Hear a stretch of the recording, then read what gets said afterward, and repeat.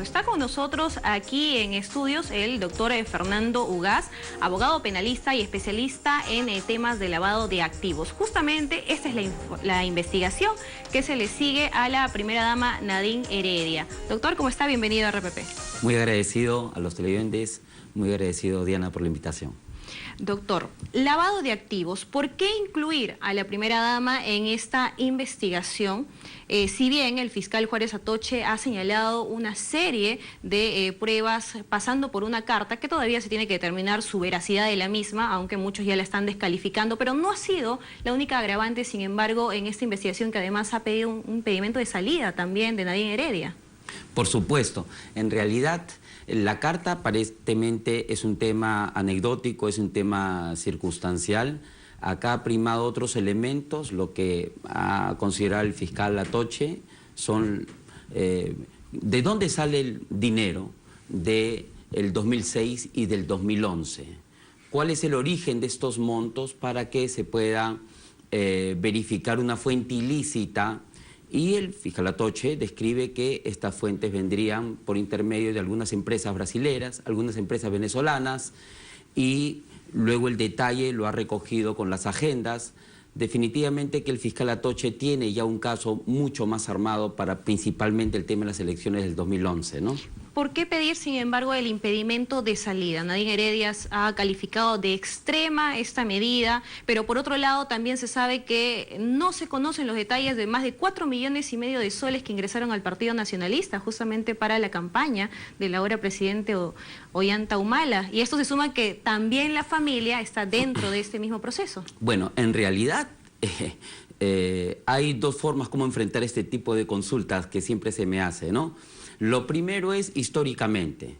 ¿Cómo es que el sistema ha trabajado o ha tratado estos temas de lavado de activos por fuentes de delitos de corrupción o por fuentes de delitos de narcotráfico o por fuentes de minería ilegal o por delitos tributarios? Normalmente la Fiscalía lo ha tomado con acciones del delito fuente atacando con penas de prisión y graves en el sistema anticorrupción. Por menos a las personas se les llevaba presas. No estoy diciendo con eso que eso era lo correcto y que eso es lo que se debe de ser como patrón general. Estaba en un contexto político, judicial, muy a todos nos agarró por sorpresa.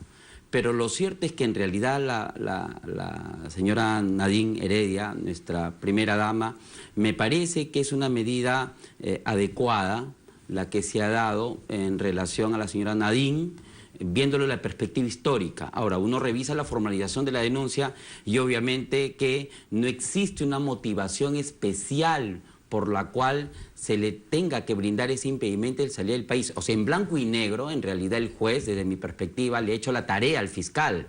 Una cosa es motivar el delito y otra cosa es motivar por qué tú te vas a fugar o cuáles son las razones o evidencias que a mí me permiten afirmar que tú te vas a fugar. Y ese aspecto la Fiscalía no hizo en el requerimiento de denuncia. Y eso es lo que también señala Roy Gates, abogado de defensa de Nadine Heredia, ¿no? De que se ha tomado una decisión apresurada por parte del juez.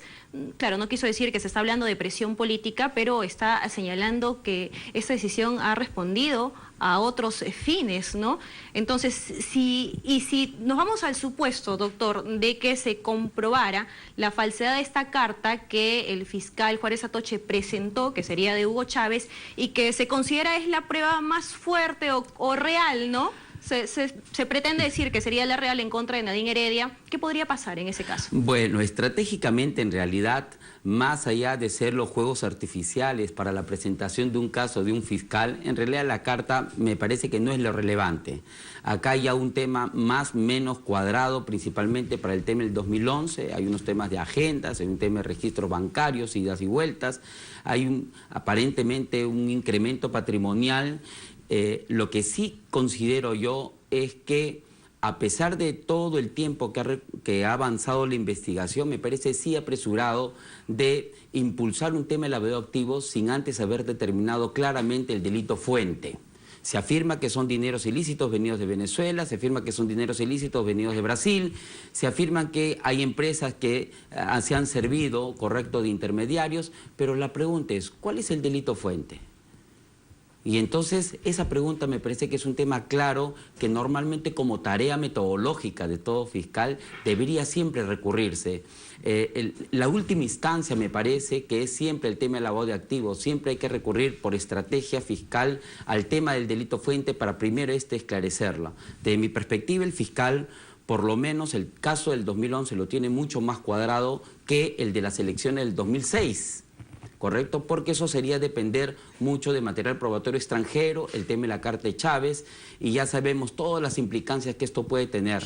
Nota aparte es que al haber colocado luz a la carta de Chávez, nosotros nos preguntamos, ¿es que acaso no existían cantidad de material grafotécnico para poder verificar si la carta era verdadera o falsa? ¿Cómo es posible que un fiscal tenga una carta tantos meses y esta situación no pase por el tamiz de una pericia grafotécnica? Entonces, el haber relevado ese aspecto me parece que no es el tema central de la investigación de la señora Nadine. Yo considero más bien que deberíamos, el mismo fiscal se ha colocado un límite de plazo, porque son 4 meses nada más lo del impedimento de salida, y en estos 4 meses va a tener que tener mucho más claras las cosas para poder continuar con esta investigación, ¿no? Una investigación que, como usted señala, tiene 4 meses, pero también hay muchas cosas aquí en la mesa, y es que no se ha controlado en su momento, y aquí desprenden varios temas también, ¿no?, el dinero que ingresa a los partidos políticos. O sea, aquí el delito es porque se considera que ese dinero sería de origen ilícito para este partido político, pero en realidad delito recibir dinero de instituciones privadas no lo es como tal para un partido político. Bueno, en realidad, mire, en realidad este es un tema ya viejo. Y el tema de los partidos políticos pues siempre hace una especie de zona oscura, ¿no? Donde todo lo que pasa por el tema político definitivamente se nota borroso, confuso, dubitado, etcétera. Este es un tema muy sencillo, muy claro y viejo. En las empresas, desde Norteamérica o hasta acá los bancos, verifican sistemas de compliance. Por ejemplo, verifican cómo prevenir de que nosotros en nuestra propia empresa no se cometan delitos, prevenir que no se esté cometiendo delitos tributarios, prevenir que nuestros capitales que ingresan y que son financiados no vengan de otros ilícitos. Lo que se le pide a cualquier persona natural es lo mínimo que se le debe exigir a los partidos políticos. Y es lo mínimo que tienen los bancos, es lo mínimo que tienen todas empresas nacionales y transnacionales que tratan de recabar dinero para poder financiar su trabajo. En el tema de los partidos políticos ya existe todo un proyecto, una serie de reglamentos que muy fácilmente pueden ser implementados. Lastimosamente estos no se brindan simplemente porque en efecto los temas de carácter político están. Si nosotros revisamos todo el tema del Jurado Nacional de Elecciones, todo el tema del OMPI, la RENIEC y todo este sistema electoral, yo pienso que por ahí va el tema de dotarle del grande respaldo, el más grande respaldo para que puedan hacer su trabajo de carácter preventivo, de carácter ordenado, concomitante con los partidos políticos. Que sea un llamado de atención, estas últimas cosas de la señora Nadine y los partidos, para que en efecto se pueda organizar de mejor manera todos estos temas de las elecciones, ¿no? Sí, bueno, falta un tema aquí de decisión política, como usted dice, hay varios aspectos de financiamiento de partidos políticos que están en la mesa, que están desde 2011 incluso como modificaciones a la actual ley de partidos políticos y hasta el momento no se hace nada. Definitivamente, me parece que acá hay una hipocresía generalizada, ¿cierto? Y más aún tomarlo como un instrumento para perseguir el caso Nadine, me parece que es un tema que nos desvía del tema de fondo, el tema de dejar claro el ingreso de dineros para los partidos políticos, contextos en los cuales aprovechan muchísimas personas para tratar de ingresar y lavar dinero a través de estos partidos políticos, identifican al país una democracia verdaderamente pobre, una democracia verdaderamente mediocre. Eso no es lo que esperamos para el país ni para las instituciones políticas, que es lo que queremos reforzar, los partidos políticos, ¿no? Claro, y ahí es donde también acusa el fiscal el tema de lavar ese dinero dentro del partido político nacionalista, ¿no? Pero también en esta investigación se está considerando a la madre de Nadine Heredia, a su hermano, y se habla incluso de que culminado el mandato del presidente Ollanta Humala también puede estar incluido dentro de esta investigación. ¿Qué posibilidades hay de esto, considerando que Ollantumala todavía tiene 5 años de inmunidad. Bueno, comienzo por lo último. Habría que preguntarse si el delito que se está investigando, lavado de activos o delito tributario o cualquiera de estos delitos conexos que están teniendo tanta actualidad, en realidad son delitos que permiten inmunidad tal como la que describe la Constitución para un presidente. Me parece que no. La Constitución nos describe que se genera determinados extremos de inmunidad, principalmente para los delitos de función, en el ejercicio de la función. ¿Qué te parece, Diana, si el presidente, digamos, de manera metafórica o literaria, matara a una persona? ¿Ese es un delito de función? No, definitivamente no. Y de inmediatamente termina el cargo, el presidente de la República tiene que ser procesado por ese homicidio.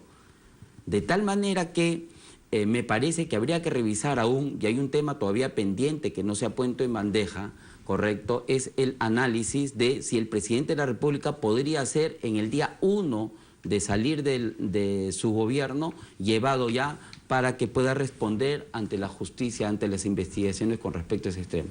Ahora, con respecto a este tema de los familiares... Pues se habla de una red, ¿no? Que involucra a la madre, al hermano, a la amiga. Miren, en verdad, a mí me parece ya bastante exagerado hablar de este tipo de cosas en este tipo de ambientes, ¿no?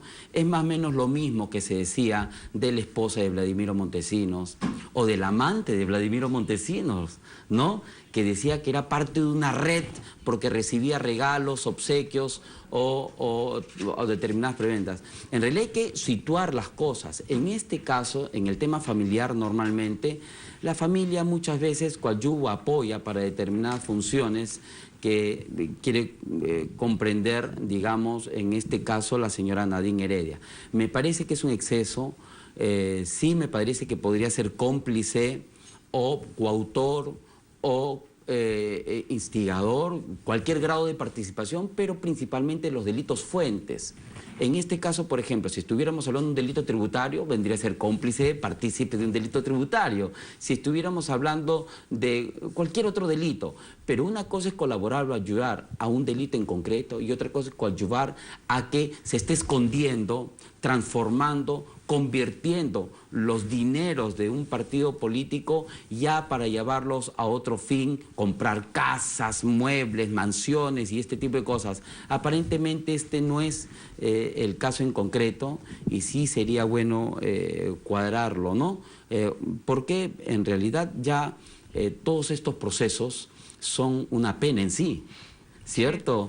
Son una pena en sí. Miren, ve, lo riesgoso de iniciar procesos de lavado de activos cuando no se tiene cuadrado el delito fuente es que en muchos casos el delito de lavado de activos exige necesariamente una condena del delito fuente. Si yo salgo absuelto por el delito tributario, ¿podré ser condenado por lavado de activos de un delito tributario que no existe? Entonces, definitivamente, más tarde que temprano, se va a tener que dilucidar el tema del delito fuente. Esto es lo que está pasando, por ejemplo, en un caso que está pasando por perfil bajo, en el caso de César Cataño, por ejemplo. En el caso de César Cataño, que ya lleva más de 8 años de investigación, que comenzó por un tema del apoyo de Lourdes a su campaña política y tuvo un contexto también que estos temas de lavado de activos en temas de carácter político, ¿correcto? Hay no menos de 4 sentencias absolutorias y 2 prescripciones de los supuestos delitos fuente. Y actualmente se encuentra en juicio de lavado de activos. Entonces, para evitar ese tipo de cosas hay que, me parece, dotar de manera muy importante, de manera muy contundente, teniendo claros los objetivos, el tema de los delitos fuentes. Y eso es lo que el fiscal Atoche se ha autoexigido y hacerlo de manera más profunda en estos 4 meses me parece que le resta, ¿no? Para seguir manteniendo el tema del impedimento de salida, ¿no? Bien, le agradecemos entonces al doctor Fernando Ugaz, especialista en tema de lavado de activos, por esta información y nosotros vamos a continuar ahora con otros temas.